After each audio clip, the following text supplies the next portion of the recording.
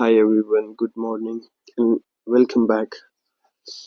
आज हम ट्रिग्नोमेट्री का एक और जो है क्लास करने जा रहे।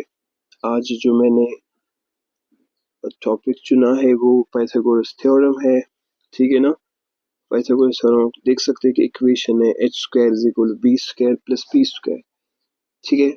अगर आप सोच रहे हो कि ये h² and b² and p² क्या है, तो you already know these things. ये h² यहाँ पे हाइपोटेन्यूज का स्क्वायर है, b² is the square of base and p² is the square of perpendicular. अब जैसे आप यहाँ पे देख सकते हो, ये तीनों जो साइड्स है, हाइपोटेन्यूज, बेस एंड परपेंडिकुलर, ये एक राइट ट्रायंगल के पार्ट्स है। तो यहाँ से हमें ये चीज पता लग रही है कि जो पाइथागोरस थ्योरम है, विच इज एन इक्वेशन, जो कि यहाँ पे हम लोगों ने लिखी है, ये जो इक्वेशन है हम कहाँ पे अप्लाई करते हैं? राइट एंगल्ड ट्रायंगल्स में, ठीक।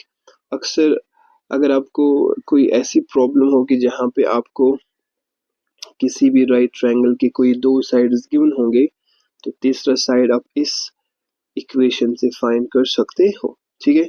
So remember this is this h² is equal to b² plus p² is an equation known as Pythagoras theorem, a Pythagorean equation, and this equation is applied to right angle triangles, ठीक है। आज की class में यही topic हम cover करेंगे, because trigonometric ratios के साथ साथ पाइथागोरस थ्योरम जो है ये इसकी equation, and how do we apply this equation to solve the problems related to right angle triangles, ठीक है ना, वो पता होना चाहिए हमें। तो इसलिए आज की क्लास में हम यही टॉपिक जो है कवर करने वाले हैं। तो पाइथागोरस थ्योरम तो आपको पता लग गया कि what this theorem is, what is the equation about, and like where do we use Pythagoras theorem right angle triangles में। अब इसकी एप्लीकेशन आज हम सीखेंगे, how do we apply Pythagoras theorem और how do we apply Pythagorean equation to right angle triangles for different problems। आज मैंने यहाँ पे एक प्रॉब्लम जो है वो लेट की है, एक ट्रायंगल आप देख सकते हो। तो हम यहाँ पे देख सकते हैं ट्रायंगल हमें गिवन है, this is a right angle triangle. कैसे पता चलता है? यहाँ पे राइट एंगल है 90 degree angle, so this is obviously right angle triangle. अब ये इसकी हाइपोटेन्यूज है, कैसे ये आपको ऑलरेडी पता होगा, आपको पता होना चाहिए, because we have already discussed it number of times since we started this chapter trigonometry. तो ये साइड तो हाइपोटेन्यूज है हमारा, और अब ये साइड और ये साइड प्रीवियस लेक्चर्स में मैंने इस पे काफी स्ट्रेस दिया है कि इनमें से कोई भी एक साइड परपेंडिकुलर होता है और एक बेस होती है। फिर परपेंडिकुलर और बेस को डिसाइड हम एक्यूट एंगल से करते, बट यहाँ पे कोई एक्यूट एंगल नहीं गिवन है, और पाइथागोरस थ्योरम में एक्यूट एंगल मतलब इसकी जरूरत भी नहीं है। आपके पास ऑप्शन है, you can take either of these sides as a base and then the other one as a perpendicular. Let usually conventionally आप ये वाला साइड बेस लोगे और ये वाला साइड परपेंडिकुलर लोगे। अगर आप इसको बेस लोगे, इसको परपेंडिकुलर लोगे, it will make no difference, alright. हाँ, बट हाँ, जब ट्रिग्नोमेट्रिक रेशियोज गिवन होंगे तब डेफिनेटली एक्यूट एंगल स्पेसिफाई किया होगा, ठीक है, जिसके रिलेशन जब हम फाइंड कर रहे होंगे तब there is a different matter, it's a different matter altogether. तब आपको पता है बेस कौन सा साइड लेना है, ठीक है ना। तो यहाँ पे अब हमें क्या करना है, ये जो राइट ट्रायंगल है इसकी हाइपोटेन्यूज 13 मीटर है, बट इसकी बेस जो है वो 3x है। अब 3x का वैल्यू किसी को नहीं पता, बिकॉज यहाँ पे 3 तो पता है, 3 इज अ नंबर, x भी एक नंबर है बट इट इज अननोन, इसका वैल्यू अभी नहीं पता। तो ऑल टुगेदर ये 3x जो है विच represents the base of this triangle, ये इसका इस बेस की लेंथ हमें नहीं पता। ऐसे जो परपेंडिकुलर है, इस परपेंडिकुलर की भी लेंथ हमें नहीं पता है। तो हमें बेसिकली यहाँ पे बेस और परपेंडिकुलर की लेंथ फाइंड करनी है। वो हमें तब पता लगेगी जब ये x का वैल्यू हमें फाइंड होगा या पता लग जाएगा। चलो, ऐसे क्वेश्चन को हम किस तरह से सॉल्व कर सकते हैं?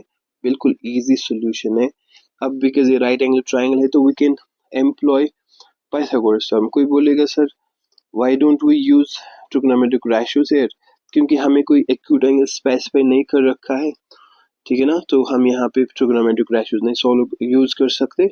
प्लस यहाँ पे हम लोग पाइथागोरस थ्योरम का एप्लीकेशन सीख रहे, तो हम लोग यहाँ पे पाइथागोरस थ्योरम यूज करेंगे। तो यहाँ पे सबसे पहले मैं लिखूंगा इस ट्रायंगल में हाइपोटेन्यूज हमारी 13 मीटर है, ठीक है। बेस जैसे मैंने बोला, take the bottom side the base which is 3 times x, ये भी मीटर्स में ही होगा, ठीक है ना। एंड परपेंडिकुलर फिर हमने माना 2y ऑफ x, ठीक। अब इसमें हम लोग यूज कर सकते हैं पाइथागोरस थ्योरम, इसको मैं शॉर्ट में पीजीटी लिखूंगा, using Pythagoras theorem which says hypotenuse square। अब पाइथागोरस थ्योरम है क्या, हाइपोटेन्यूज स्क्वायर जो है वो बराबर होता है base square plus perpendicular square. यहाँ पे हमें हाइपोटेन्यूज का वैल्यू कितना दे रखा है 13, मैं इसको 13 लिखूंगा स्क्वायर। बेस का वैल्यू हमारा है 3x, लेकिन स्क्वायर। परपेंडिकुलर का वैल्यू हमारा है 2x, इसका भी लिखेंगे होल स्क्वायर। अब इनको सॉल्व करेंगे हम। 13 स्क्वायर जो है वो होता है 169। कैसे, 13 square means you have to multiply 13 into 13 and you will get 169। Done. इसी तरीके से हम लोग 3x स्क्वायर का जब वैल्यू निकालेंगे वो निकलता है 9x स्क्वायर। देखो कैसे, 3x स्क्वायर जो है it means 3x into 3x। पहले 3 और 3 को मल्टीप्लाई करोगे, 3 3 9, x को x से करोगे वो आएगा x square, so this will be 9 square. इसी तरीके से 2x square will be 4x square, ठीक है। Again how do we get this 4x square from 2x का होल स्क्वायर, तो यहाँ पे आप देख सकते हो we have 2x whole square, this is 2x into 2x। पहले 2 और 2 को मल्टीप्लाई करोगे आप, 2 2 4, फिर x को x से करोगे तो x स्क्वायर, ठीक। देन आई होप यहाँ तक आपको क्लियर है। अब इसको हमें बेसिकली करना कि x का वैल्यू फाइंड करना है इधर, जस्ट अ सेकेंड। यस, अब इसको फर्दर कैसे सॉल्व करेंगे, यहाँ पे 169 एज इट इज, ये 9x square 4x square, these are the two like terms. 9x square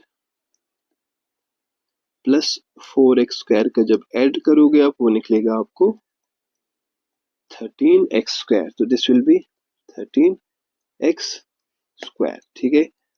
and then 169 is equal to, अच्छा यहाँ पे x स्क्वायर x का वैल्यू निकालना है तो पहले इस 13 को ट्रांसपोज करोगे, you will get it to the right hand side, ये इसको left hand side I mean ये इसको डिवाइड हो जाएगा, ऐसे आएगा हमें, ठीक है।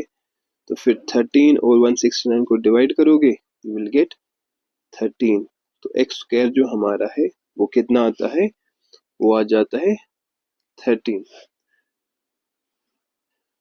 जब यहाँ से हम x का वैल्यू फाइंड करेंगे तो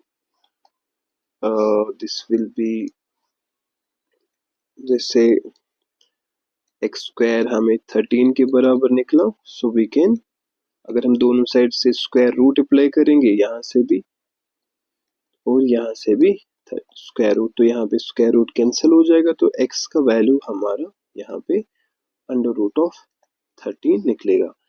और जब आप अंडर रूट ऑफ 13 का वैल्यू निकालोगे so you will get something like 3.6, और इसके पीछे हम लोग लिखेंगे मीटर, ठीक है। सो x यहाँ पे हमारा 3.6 मीटर आ गया है। तो इस तरह से हम लोग यहाँ पे आप देख सकते हैं ये जो हमारा साइड है 3x, इसको हम 3 इंटू 3.6 मीटर लिख सकते हैं, which approximately gives us its value as